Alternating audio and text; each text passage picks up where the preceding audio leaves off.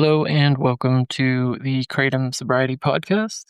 My name is Jacob, and this is episode 172. Thanks for joining us today. On today's podcast, we have a little bit of a different interview. We've done a couple interviews in this vein already, but just this morning, it's not a typical quitter interview. It is an interview with a woman named Paloma, whose partner happened to unfortunately pass away as a result of kratom usage. So if that's not your cup of tea or something that you feel like you're in a good headspace to listen to, just a trigger warning there. It is a really thought-provoking interview. I do highly recommend it. For today's intro, I just wanted to talk quickly about a topic that always seems to pop into my mind around this time of year, and that is strategies to stay kratom free and sober if you're fully sober or sober from other substances as well as we approach the holiday season. Couple of things. One, the holidays can be stressful. There's all the family and friends interactions, which if you're somewhat introverted like me, always gives me a bit of stress. And there's the exposure to all the various parties and people using and potentially drinking and all that stuff. I wouldn't necessarily consider kratom a party drug. I don't really know anybody, or in all the interviews I've done, I don't think anybody's talked about the usage of it in a party setting. I'm sure someone probably does, but it seems like the more common usage is more in an isolated manner or just as something to use for a trade-off from another substance or something like that. But anyways, the urge can be to fall back on your crutch, which for a lot of us was kratom. And a couple of things I do to help myself get through that period. I've been sober from alcohol for almost 7 years now. I've been sober from kratom for more than 2.5. And so I've gone through a couple holiday seasons without anything. And what I do is a couple things. One, I try to remind myself that it's a short season and it's usually only a series of gatherings and I can get through it. I'm strong enough. I've built up the tools and the knowledge to know how to get through that. Two, if I'm not comfortable with an event or with seeing someone or with doing something, I just don't do it. It's easier said than done. I know sometimes we may have family members that we feel obligated to see, even though maybe there's tension or we generally don't care for that person or persons.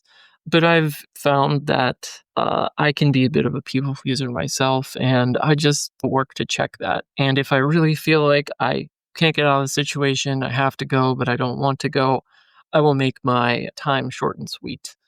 Another thing I do is I usually always, if I'm at a gathering, I always have a non-alcoholic beverage in my hand. That way people won't ask me, oh, can I get you a drink or whatever. If you're newly sober, again, this isn't an alcohol-focused podcast, but if that was something that you had to deal with too, that's always a good strategy. Always have something like that in your hand. Also have an exit strategy if you're gone to an event you were excited about and you feel overly stressed or you're getting a lot of cravings. Have an exit strategy and don't be afraid to use it. And I think the last thing is just remember that using kratom isn't going to help. It's not going to get you through the holidays and then you can just stop and you'll get back on your sobriety and everything's going to be good. There's really no scenario where kratom is going to make any of the stress that comes with the holidays any easier. So I would just say, remember to stick to your program and your plan, and that should allow you to get through the holiday season in a sober and kratom-free manner. If you have any other tips and tricks that you've learned over the time you've been sober from kratom that help you get through the holidays or other stressful situations, let us know. Leave some comments on whatever platform you're leaving us on. Reach out to us, and we'd be more than happy to share those with our guests. And as always, keep it kratom free, and we'll get you on to today's interview with Paloma.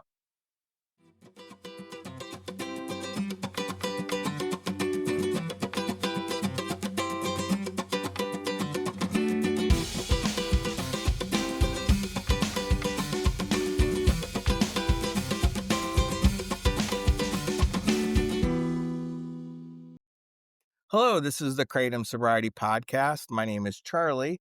We have a special guest today. We have a loved one who had somebody that they knew in their life who died with a kratom related death. And we know this is a controversial issue, but we think it's important to get these stories out. And we think the response to these should be empathy and not a lot of denialism. We understand the science is a little murky about it, but the death certificates are true. They're not like fabricated documents. And people, we just want to get the stories out there and so that people can be aware that this is happening out there in the United States. Sorry for that little lecture there before giving you a chance to introduce yourself. Welcome to the show. Thank you. I appreciate it. My name's Paloma, and yeah, I actually never had heard of kratom 5 years ago, and my ex-boyfriend, who I was dating for 4 years, 2 years into our relationship, started having real issues with kratom, and recently actually passed away with a kratom-related death.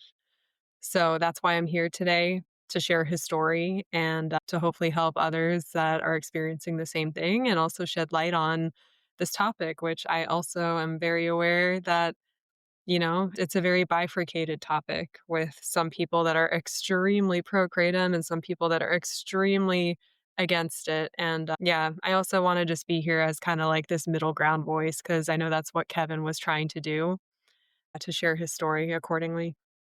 Yeah, thanks. I had the pleasure of meeting Kevin at the beginning of January of 2024. He was a very engaging person. He was very bright. I knew he was a musician. I followed his TikToks and was entertained by his skills. Could you tell us a little bit about him? First off, I totally agree. Kevin was extremely engaging, but I think the word that I would use to describe him is that he was magnetic. He was really magnetic. Like when he would talk about a topic, like you would pay attention. But he was somebody that knew he wanted to be a musician since he was like 6 years old. There are videos of him just as like this little kid doing Frank Sinatra, in front of his parents and stuff like that. And he later went to Florida State University, got a degree, and got into the corporate world doing his thing. But music kept calling him, and he eventually became a professional musician. And that's what he did. And he just loved lighting people up. And he was truly an entertainer. He wasn't like someone who was a super amazing guitarist or anything like that, but he was an entertainer who really knew how to move and connect with audiences. So that's probably what you saw Charlie by watching some of his TikToks when he was talking about, his addiction to kratom and just sharing his personal story with it. For those first couple months when I got to meet, we DM'd a couple times and we talked about him getting on the show, and it was sad it never happened. Well, dare say he was a handsome devil too. Yep. Yep. He was Brazilian and had this like yeah, he knew it too. He was very handsome. When Yeah. did he start getting involved in kratom and what did that look like?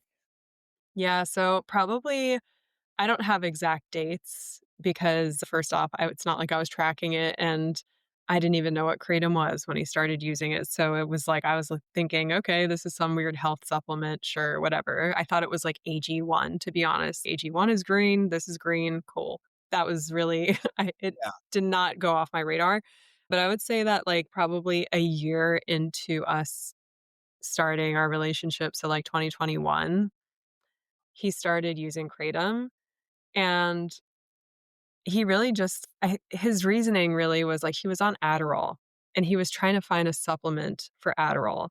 Kevin was someone who was like really focused on health, not so much like fitness. He wasn't really into weightlifting and he didn't really take care of his body when it comes to like fitness, but he sure as hell took care of his body when it came to what he put in it. And that's because he had a gluten intolerance and he didn't know about that gluten intolerance for like years and he was always like carrying a bit of weight on him. And then the second that he quit gluten and stopped using it, eating that in his diet, and when he cut seed oils, he lost 30 pounds without even going to the gym. It was simply purely just he was inflamed because of gluten. So he was always really careful about what he put into his body and always looking for like the natural, organic, seed oil free type of food, so naturally he was trying to get off Adderall and was looking for something that was natural, and that's when kratom came up, and he was also having trouble with focus, and obviously that's why people use Adderall, So he was like, let me try this thing to go ahead and just naturally boost my focus. And that was his entry point into Kratom. And he started using it in the powder form. So he would just order it and would just make his little Kratom supplement tea in the morning. And it really wasn't a problem until a year in. And that's when things started getting a bit messy. And what did that messiness look like for him? He would go ahead and drink too much of it and he would throw up. And then he would start drinking it again and then throw up again. And he would drink it again and throw up again. It was pretty nasty. He finally got to a point where he realized that this was no longer just like a fun little habit or like a supplement, and he was like full on addicted. And when he would try to get off, he would have like epileptic seizures trying to get off this stuff. He looked like he was like having a what do they call that in the movies when they're trying to take the devil out of you? You know? Exorcism? Yeah, like his body would literally start shaking and he'd not have control over his limbs.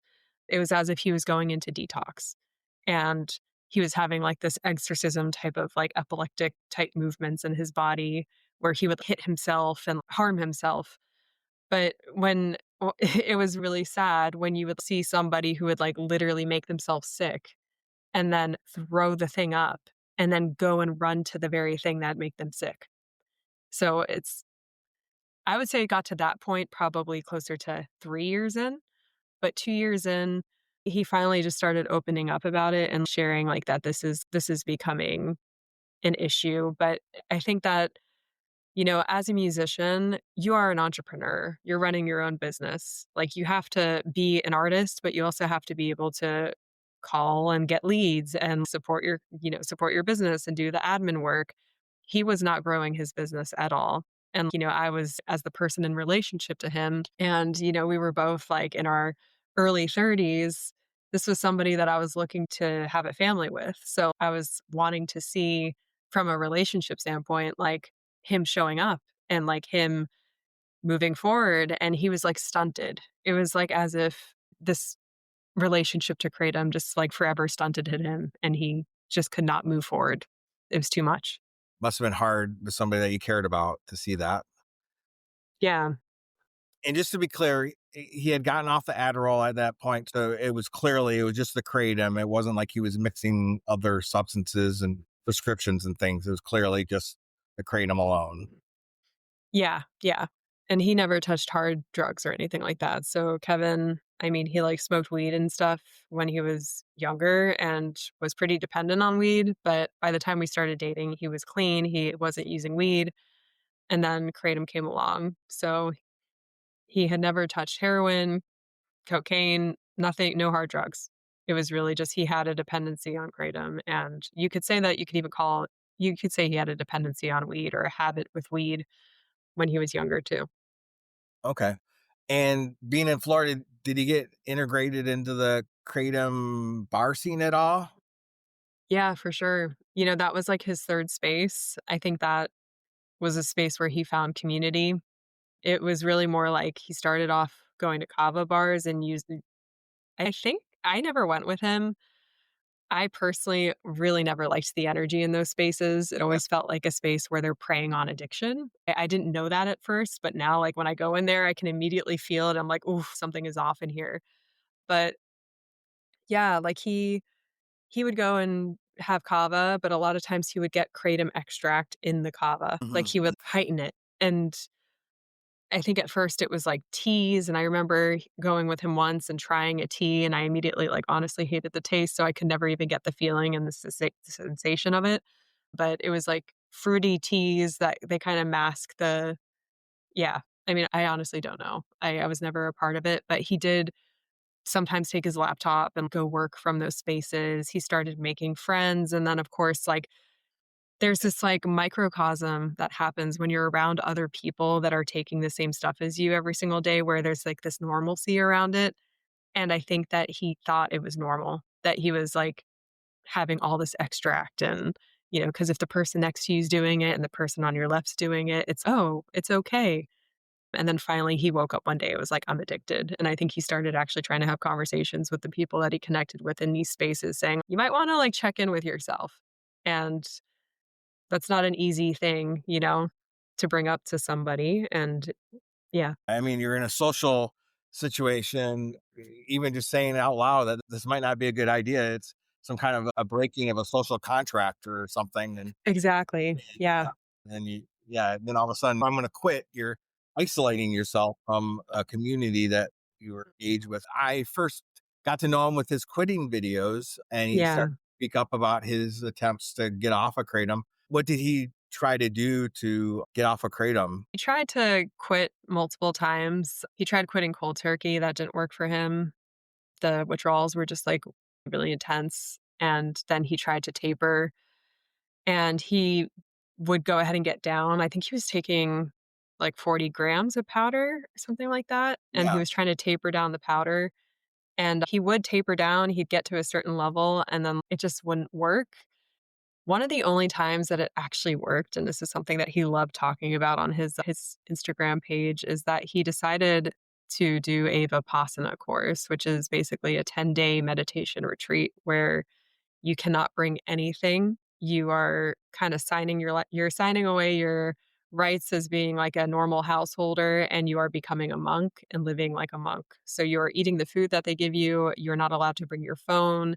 You have no access to your car. It's like he in a way used this Vipassana retreat. And I've done Vipassana once too. So I kind of know and understand what he got into. I mean, this is a really deep meditation experience that it's challenging as hell. Like, I'm not gonna it's super life-changing, but it's also very challenging, and to go into that when you're, having a kratom dependency and almost using it as your rehab is which is what he essentially did, is a really challenging thing, but it actually worked for him. He was clean for about 4 months after doing Vipassana, and it was as if he, like oh my gosh, the light in that guy's eyes when he came back from that retreat was absolutely insane. He was a changed person. yeah. But I think that he got a little too comfortable with it and thought it was the first time that he truly beat the addiction. And I think he thought in his mind, like, okay, like I'm done. But he also joined the AA system. So became a part of AA. He found a lot of community there.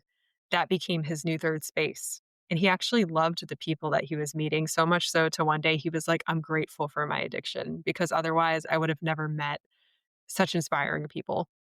I remember him saying that, and I was just like, "Wow, that's some real growth to be able to say that." Just in terms of withdrawal and dependency, was there anything that really you remember that stood out that he experienced that this was kind of remarkable? He had those seizures. Did he have any other kind of side effects? I would say, like, shaking. He would shake. He wasn't able to, like, hold a glass properly. It looked like he had, I don't know, the function of a 70, 80-year-old person, like, shaking, and he was only 33. So he would shake. He just didn't look well, like, in general, he just didn't look well. It was, like, the light and the brightness and, like, that magnetism we were talking about earlier, it's like it just didn't exist anymore. He really did not look well, but other than the seizures, I would say the seizures were probably the most alarming and shocking thing, and ultimately what killed him was actually having an epileptic seizure, and, the he was the autopsy report, it does show toxic effects of mitragynine, but they did find him, with all of these extract bottles and, like, essentially green throw up on him when he passed away. That's to say it was, like, the toxic effects and, of course, that seizure that makes you and that yeah. Yeah, they say that the overdose of kratom looks more like a stimulant overdose, in that it's not the respiratory depression in a lot of people, but it's seizure like and organ failure that Yep. can cause the death. And before we talk about when he died, part of his quitting story, he did have a very severe accident Yeah. with the influence of kratom. Yeah, so there were 2 accidents. One accident was he was actually at a gig, and he was feeling stressed out, and he hadn't taken his powder that day because I think he was in a process of trying to taper or something, or go cold turkey, I don't know. But he stopped at a gas station, he purchased 2 extract bottles, and it was the first time that he ever took extract, and he was like a really I mean, according to him, So, once again, being on the receiving side as a partner, when someone is going through addiction, it's really natural for them to go ahead and hide their addiction with lies. Yeah. I don't know if this is actually true, but what he said is it was the first time that he ever took extract, and being a very at that point, he had been using kratom for a year and a half and using it pretty much daily. So it's like he was a kratom user, like, he knew what he was doing. It's not like the first time he was touching the stuff, but it was the first time he touched extract, goes to the gig, has 2 bottles of this stuff, and he actually passed out and fell on concrete and broke his 2 front teeth, and it would have cost him $10,000 to fix that here, but luckily, he actually had family, and he flew off back to Brazil, got his teeth fixed, and came back. But yeah, and then also he did fracture his nose when he fell on concrete, and that was just from 2 extracts. So to think that this stuff is being sold in gas stations Yeah. where, like, any 18-year-old who's never even heard of kratom before can go ahead and buy this stuff thinking that it's equivalent to 5-hour energy, and, like, only 2 of them knocks him out, and it's imagine someone who's never touched kratom before. Like, he was using it regularly. And Yeah. that was one of the things that he always was, like, advocating. He's people can literally accidentally create an opioid addiction with this stuff. Yeah. It's like with heroin, you know you're getting into heroin. You know that shit is gonna hook you. If kratom, there's a lot of misinformation and a lot of there's not a ton of education, and it's you think 18-year-olds know what kratom is? It's no, it's like they could literally start an addiction, and I've even seen a video recently on Instagram from this guy who had 1,000,000 followers, and he talks about how he has no connection to kratom, he didn't even know what it was, but he goes to a gas station and this video went viral.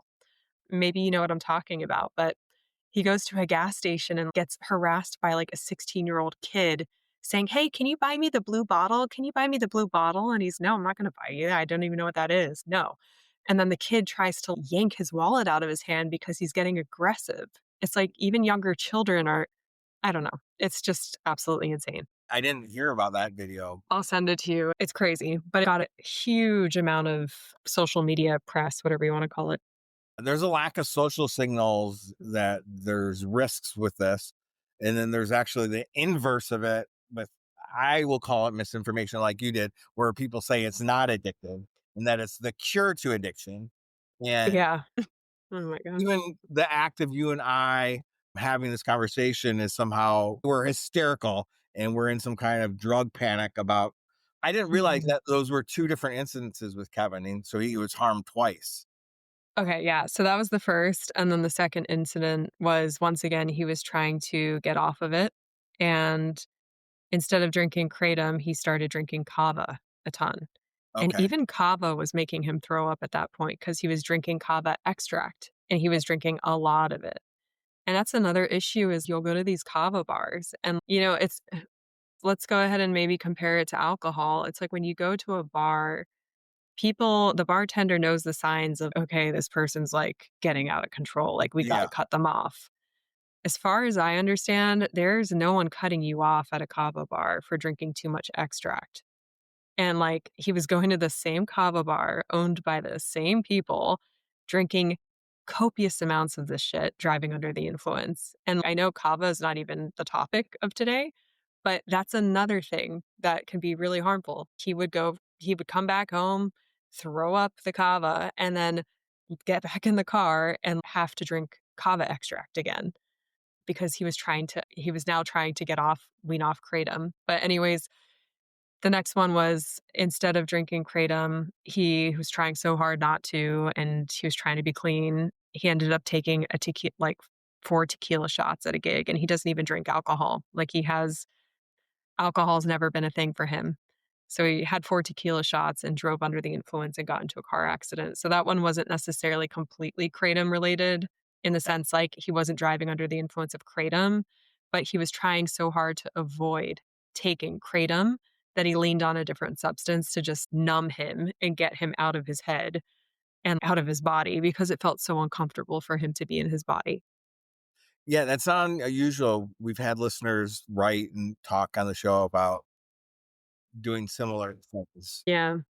I'm pretty sure that, like, whenever you do an intake form, kratom is not even on the intake form. So and also, like, I do know that Kevin did go to rehab, but he didn't feel like he belonged there because everyone was, like, addicted to far harder things, and it's not so much that so it's like he didn't see himself as the same level of addiction somehow, and then also they kinda made fun of him saying, "What? You're addicted to kratom? That's the shit that I use to wean myself off of heroin. Like, you're joking. That's not" you know?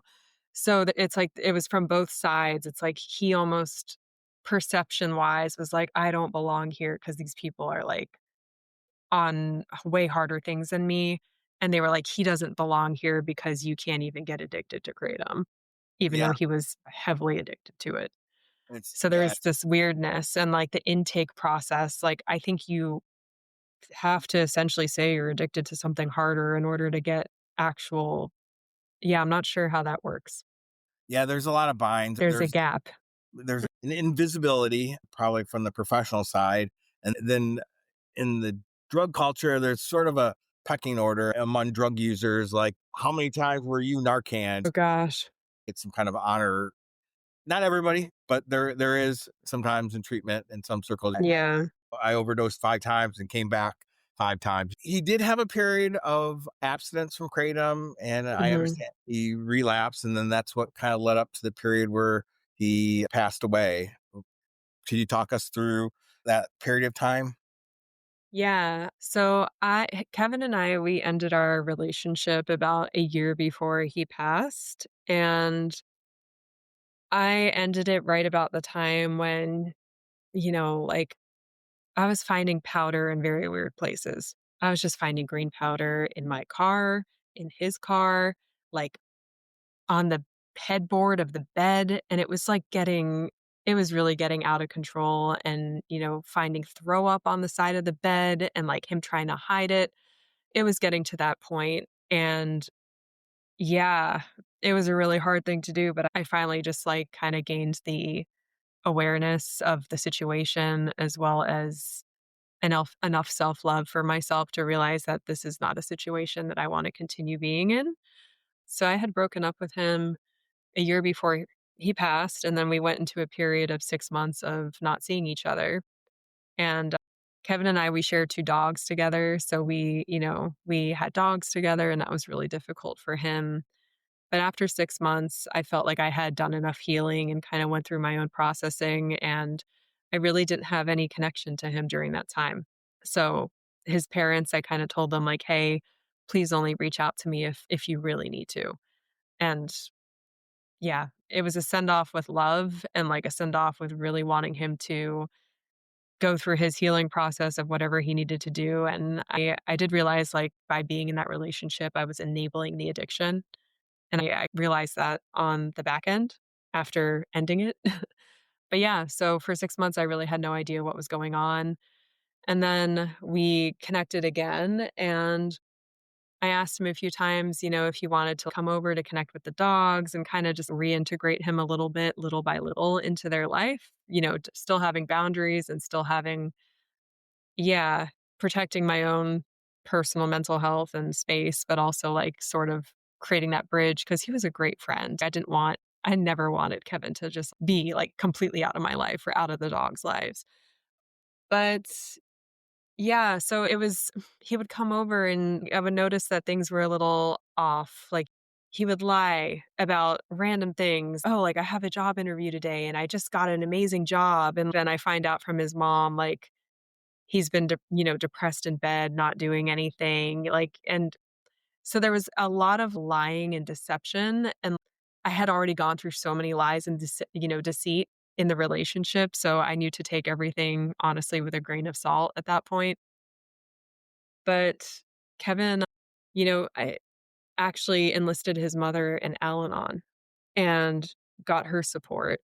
And she started going to Al-Anon, and I think she got to the point, where she was seeing her son having seizures on a regular basis, and it was absolutely driving her, like, nuts. Like, she Yeah, could not take it as a mother anymore, and she was like, "You have to quit this stuff. Like, you cannot be having seizures." He was having seizures, apparently, so I learned about all this stuff afterwards, after that 6-month period, but he was having daily seizures at the house, and She got to a point where she needed to take care of her own health and set a boundary.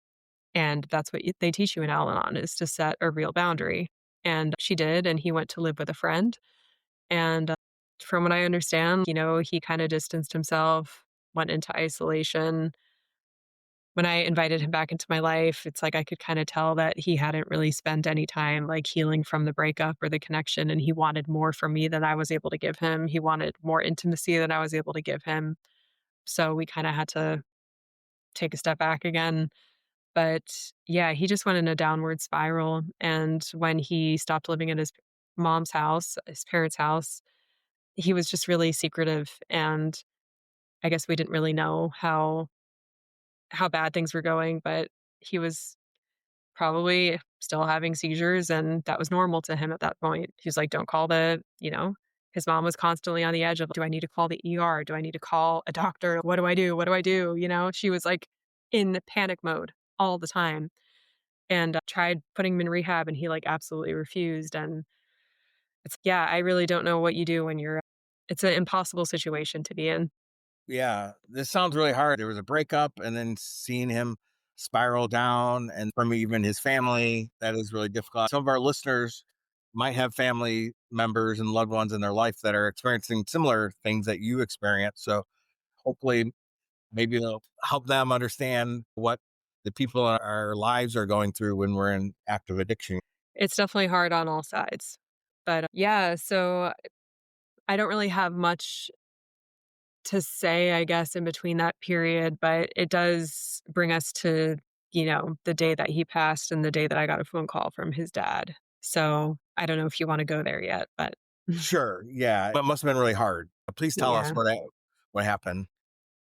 Yeah. Kevin, I guess I'll try to really tell this as good of a story as I possibly can, but Kevin was never religious. He was definitely someone who considered himself spiritual, hence going to Vipassana. Not that you can't be religious and do Vipassana, that's not what I'm saying, but it's like his spirituality was like trying to liberate his mind through meditation and to try to overcome his addiction. But for some reason, like a month before he passed, he got really into the show called The Chosen, which is a show about Jesus Christ, and I actually watched it too after he died to understand, like, why he was so obsessed with this show, and I was like, "Okay, like, they make Jesus out to be a really cool dude. I get it. I get it. Like, I buy I wanna I'm on the bandwagon." But he was obsessed with the show, and he died the day after his death certificate actually says the day after Easter. And he hadn't seen his mom for, like, months, and his mom was like, "Son, please come over for Easter, let's spend time together." And he was isolating himself, he was saying no to all of her bids for connection, and then finally he was like, "Yes." And when they were together, they had a really lovely day, they went to church together.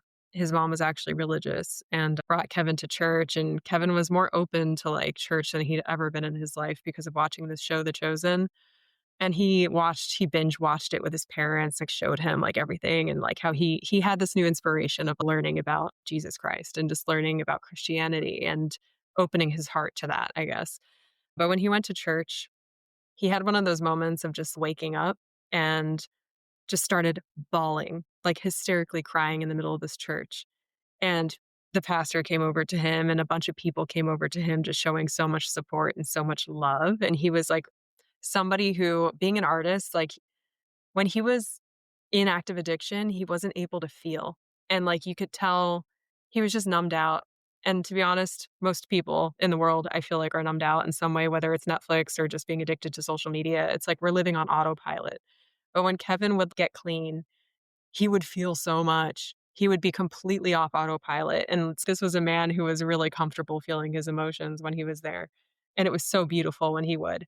But, he went to church and had this moment of just, like, crying hysterically, and then that night, he went back home and told his parents, like, "I wanna get clean again. I wanna go to Vipassana and do 90 days there instead of 1 week. I'm gonna do 90 days. I'm gonna use this meditation center because Vipassana is free. It's a nonprofit, so you can just literally go there, and all you need to do is apply. It's free to anyone. You just need to have the conviction, have the time, and go." but he was, like, making plans with his mom to go ahead and get clean because rehab wasn't working for him, but Vipassana did that one time. He's, "I wanna commit. Let's do it again." And they had this beautiful day together, and the next morning, his dad walked into his room and basically found him there in a pile of his own throw up with a bunch of blue little bottles surrounding him. So he died the day after. He had this it's kind of a beautiful story in a way. It's sad, it's a very sad story, but it's like he had this like awakening moment in church after watching The Chosen with his parents, like opening his heart to like Christianity or Jesus, whatever you want to call it. But and then had so much conviction to wanna get better, and then the next day is the day of his passing, and he never got the opportunity to. But it's almost as if I don't know, however you wanna interpret that, but yeah. It is a little bit heartbreaking hearing he had that conviction and he wanted it, and then just the timing was off. I guess I am grateful that he got to connect with his mom and his family before he passed. That's the only blessing I can see in that situation. Yeah, yeah, and maybe connect with God, Yeah. no matter what you believe, like, Yeah. it's like he had some sort of spiritual moment and awakening there. Yeah, and maybe he just maybe it was his time, who knows? But yeah. That must have been a difficult phone call to get. Yeah, I was the first person that they called, and it's, like, one of those things that it doesn't even feel real. It was April when he died. It's October 20th today. Yeah, May, June, July, August, September, October. It's been 6 months, and it's sometimes you're just like, "What does this even mean?" So, yeah, I personally have not had I've been lucky to not experience I didn't grow up around addiction. I didn't have a parent that was dealing with or fighting addiction. I didn't experience it myself, so I haven't had loss in this way, you know? And it's been really heartbreaking for me as well to just open this curtain because once this happened to Kevin, I started connecting with mothers that lost their children. And not only like young children, like mothers who are older mothers that have lost like 40-year-old sons that have grandkids, like with kids. And there's just so much pain that like a lot all the people who've never been touched by addiction have no clue that this pain even exists. And in a way, I feel thankful to be aware of this now because it makes me like a more empathetic human being. And I even to even be by somebody's side who's struggled with addiction.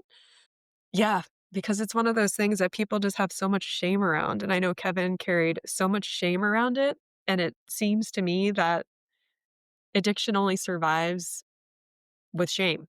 It survives in the darkness. It survives when it's isolated, when it's hidden. But the second that you bring connection, the second that you shine light on it, the second that you ask for help, like he had so much shame around it, he never wanted to post publicly about it. And these are conversations that we would have. I was like, slay that shame, bring it out into public. And the second that he did, he found like meaning and purpose in his suffering and his pain and started helping other people. And I think we have this idea as humans that we have to be like absolutely perfect in order to help others, that we have to be like fully healed and have been sober for 10 years and now we can help others. But in truth, I think every single person has wisdom and like it just takes a lot of courage to share it.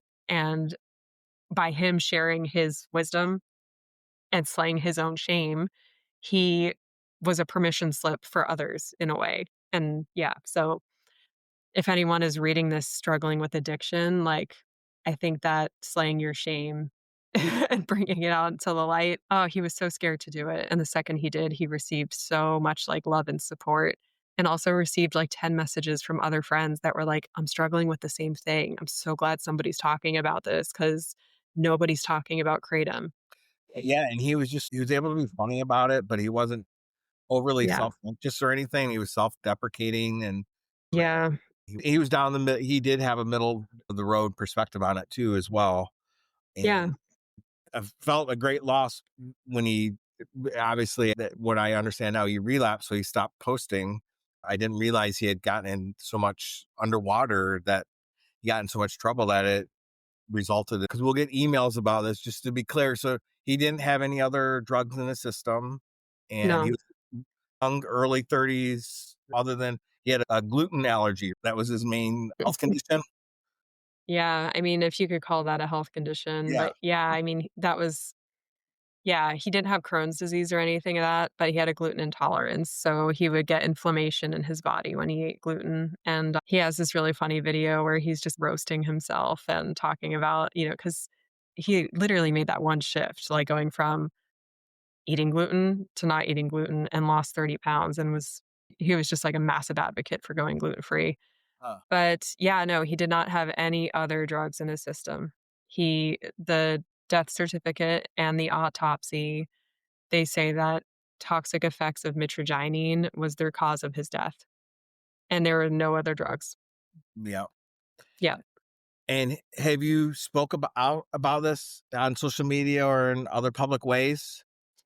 I posted a couple stories when it happened, at one point, I was like, "Maybe I am gonna carry his torch and go ahead and share," and make my life about spreading awareness around this because I was in the part of my grieving process where I was, like, really angry, and it's like the only thing that made sense was action. Was like, "How can I take action? How can I avenge his death?" kind of thing. Yeah. I think I'm kinda past that, where I have other things where pur that are more on brand and purposeful and meaningful to how I wanna live my life, but I've done multiple interviews and have spoken publicly about it quite a few times.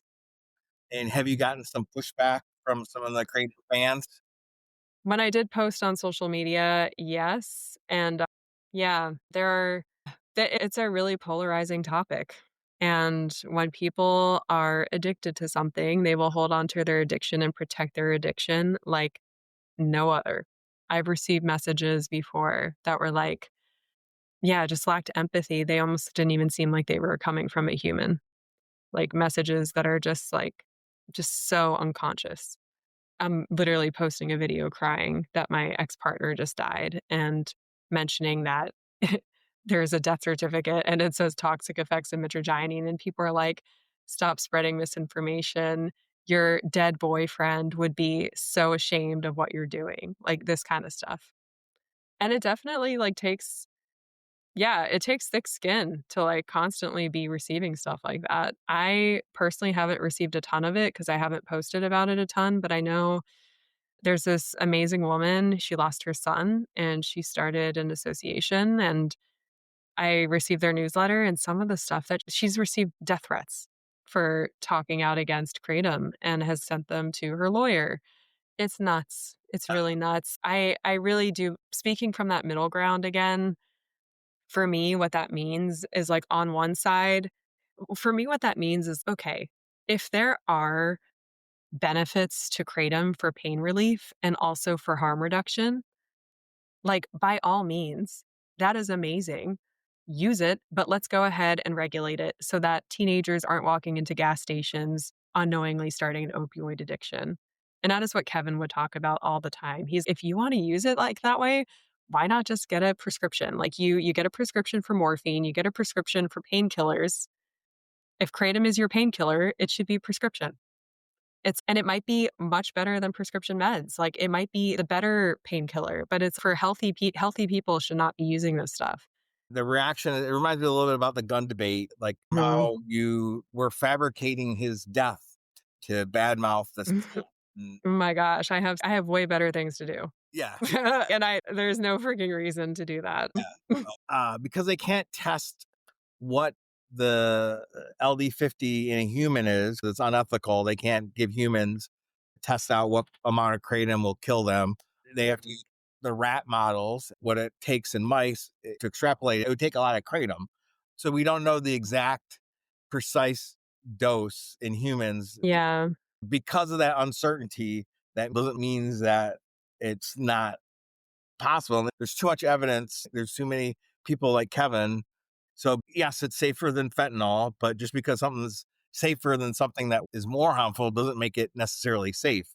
yeah, If you're struggling with kratom and you want to get off of it, this is yet another good reason to get off of kratom because it can be lethal in some situations. Our policy on the podcast is we should be responding with empathy to people like you and Kevin's family and not treating those people horribly because we're a fan of the substance. It's really demoralizing to see that behavior out there. Yeah. Yeah. So you did mention age limits. It sounds would be something you might advocate. Any other kinds of regulations? Yeah. I think every state has different regulations, but I'm pretty sure there already are age limits. Age limit is dependent on the state. Yeah. Yeah, it's There's like either 18 or 21. And then some states, there isn't an age limit. Most self respecting vape shops would require, but there are some states that it's not a law yet. And you can order it on the internet. Yeah, There is- regardless. you just have to self pledge that you're 18. So you have a vacant house next to you and you're under 18. I had friends who had some kids that got their pot that way. Gotcha. Yeah. Yeah, I feel like self-pledging on the internet is kinda BS. That's not really gonna do the trick. Yeah. I mean, age limits for sure, but I think just, like, if there are I mean, I think they tried scheduling it, right, as a Schedule I substance, and they have now in Florida, they just scheduled is it 7-OH? That is my understanding. So there's this metabolite or this one compound that's way more potent. But it doesn't touch the powder, and it doesn't touch, like, products like Feel Free or OPMS, I believe. Like, some of these products are still kinda getting by with that. Yeah. And then 7OH is still available widely on the internet and to the Yeah. country. Yeah, I don't know. I feel like I guess it's like dipping your toe in the right direction, but it just seems like such a little Band-Aid on a much larger issue. To me, it's if people wanna use it for harm reduction or if they wanna use it, to get off heroin or get off any harder substance, or if they wanna use it as their Suboxone, it should be a prescription. Like, I'm pretty sure Suboxone is a prescription, right? Yes, it's Yeah, like, you kinda yeah, it's a prescription. It's like you're not just, like, getting that at a gas station. So I think people should be able to use it, but they should just be able to use it and go through proper channels so that other people are not accidentally getting addicted to it, or maybe not even accidentally, maybe knowingly getting addicted, but it's just way too easily accessible. yes. If it's gonna be accessible, it needs a lot more guardrails. But Yeah. it is a complicated subject. Uh, Yeah. I mean, I wanna, like, kinda draw the point, I know that I'm sure a lot of your listeners, right, are struggling with kratom addiction already, and maybe some of them have just found out, "Oh my gosh, like, something feels wrong with this," and they're finding your podcast. I know Kevin, when he was alive, he found there aren't a lot of people talking about this stuff. yes. There really aren't, and I think it's also probably because it is a polarizing topic, and you need really thick skin to talk about this topic. Like, I'm sure you get messages all the time that you've had to go ahead and learn how to filter through and not let it affect your psyche. Like, people can be really scary, For sure. and Yeah. I think all people are good, I think people are all inherently really good, but sometimes we are going through I don't know, it's like our I'm not gonna get into that, but I just wanna bring up for people that might be finding this and they have never heard of kratom before, or they have not ever they don't deal with addiction, or they've never experienced, like, what it feels like to have that pull, like, that addictive pull, and they think, "Oh, that would never happen to me. That only happens to other people." I think Kevin is just, like, a really good example of somebody who led a really healthy lifestyle, was like he was I think as humans, we're all a bit of a walking contradiction and hypocritical in a way, because it's like on one end, he was, like, telling his parents, like, "Dad, don't eat that. That's toxic," right? While at the same time using kratom. And it's like we can he is just an example of we need to stop othering people. We need to stop othering people that have addiction, because it's like it can happen to truly anyone. He was a life force. And if I would have picked the top 10 people I thought would have likely overdosed on kratom, he wouldn't have been on that list just because he was smart, he was energetic, he was bright. I didn't know he was having the seizures and he had gotten this deep. But so it is a lesson that can happen to any of us, and we should be taking this seriously. It's not something that should be taken lightly. Yeah. He did share some hope in his videos and his advocacy. Is there anything you remember that stood out to you? A callback to something Kevin said or did? I think that, like, having community and just once again, like, isolation was the thing that really made his addiction plummet even more. Just reaching out to anyone, like reaching out to a friend, going to AA, finding friendship at AA, like, those were all things that, like, gave him a ton of hope. And I think hope is, like, really what you need as well. It's like hope and faith, like faith in yourself and hope that just because you said yesterday that you were gonna quit and you didn't, and maybe you've been doing that for 5 days, maybe you've been doing that for 10 days, maybe you've done that for 3 months, maybe you've done that for 3 years. Just because you did it in the past doesn't mean that needs to be your story tomorrow. And the second that you have that belief in yourself that you get to change that story and rewrite that story and you have the power to do that, and just because you haven't showed up for yourself in the past, I think that is something that he really, yeah, that helped him a lot, was really fully buying into his own authority, buying into his own ability to make change. And that's one thing that they teach you in Vipassana. It's if you go through the mind, it's kind of like a bit of a mind experiment. But if you just imagine right now that you're placed in this room and you have no past and you have no future. So you have no idea what your name is. You have literally no past. You have literally no future. It's who are you? That is a very powerful practice. I did some version of that in Guatemala, like in Hmm. 1999, many years ago. It was like only a week of it, but Yeah. Yeah, but I think mindfulness was massive for him, just and expanding his capacity to deal with his emotions and deal with the discomfort that he was feeling in his body. Vipassana was also teaching him, like, that discomfort is all temporary and you can either identify with it, which is feeding it, which makes it worse, or you can kind of, you know, get into the seat of awareness and be able to witness it and like breathe through it and have more capacity for discomfort instead of reacting all the time. And he was very reactive when he was in his active addiction, reacting to everything. And then, like, when he finally did that course, it was like a way for him to, instead of life to be running him, he started kind of taking his power back, I guess. well, we're coming to the end here. A couple of last questions. Do you have a favorite memory of Kevin? Ooh, there are tons, but one of our first dates, he took me out to one of his gigs, and it was at a very intimate restaurant, and he was singing, oh my gosh, what was he singing? It was like one of these oldie Motown songs that's, like, super cheesy and romantic, and he was just, like, staring at me, like, looking right at me, and it was like there was all these people around and none of them knew, like, I was his girlfriend, and I felt like I was the only one there. It felt, like, super special. It was just, like, a really sweet memory. That, and then there is another memory that I have where we were sitting outside in my backyard, and this memory, in hindsight, I didn't really understand what he meant because he was so young when he told me this, but I had said something and "You look so healthy." And for some reason, nobody had ever said that to me. And that's kind of a weird compliment for somebody who's 29 to give like another 29-year-old. You're like, it's like we're all 29, like we're all healthy. And I mean, yeah. And that's not like my favorite memory. It's just a memory that came up right now Okay. because I think in that moment, like it was already kind of foreshadowing something in a way. That's not a favorite memory though. It's just like a prominent memory of It's a I didn't striking under memory. it's a striking memory. I'm like, I don't really understand this comment, but now looking back, I do.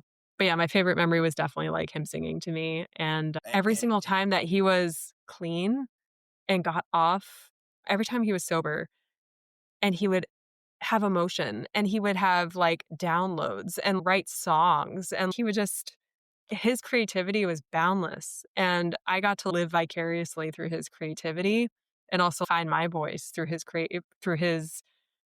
kinda like his shamelessness of, being an artist and singing and doing something super vulnerable for a living. So, he was a huge part of my life and like a massive being with him has made me such a better person. So, yeah, it is. It's a massive loss, no matter the circumstances. Is there anything you'd want listeners to take away after hearing this episode? just like you are worth fighting for, your sobriety is worth fighting for, and I think just because you didn't show up for yourself yesterday doesn't mean you can't today. every single day is a new start. And yeah, I mean, I personally, like, I have not struggled with addiction, but I've struggled with bringing new habits into my life. I can't tell you, I probably for the past 4 years, I'm like, "I am gonna work out 4 times a week. I'm gonna work out 4 times a week."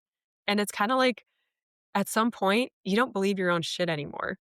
At least for me, right? I'm like, "I don't even believe you, Paloma. Like, you're just not gonna do it." And that in my own psyche, even though it's not with a substance, I can witness myself getting into this negative thought pattern of don't even try. What's the point of trying? You're just gonna let yourself down. Like just stop, stop. And that it's all an illusion. It's not reality. Every single day is a new day. And yeah, we're competing against ourselves, really. Yeah. So we all can begin again. You're not permanently stuck on this stuff, even though Yeah. it feel like it temporarily. Yeah. And also, if anyone's into it, check out Vipassana. Go live as a monk for 10 days and see what it does for you. It's totally free. You just need the time. I'll find the link for that. There There's must, centers all over the yeah, United States. yeah. So thank you so much for sharing today. And it was nice to meet you. I wish it was under different circumstances. Yeah. Thank you, Charlie.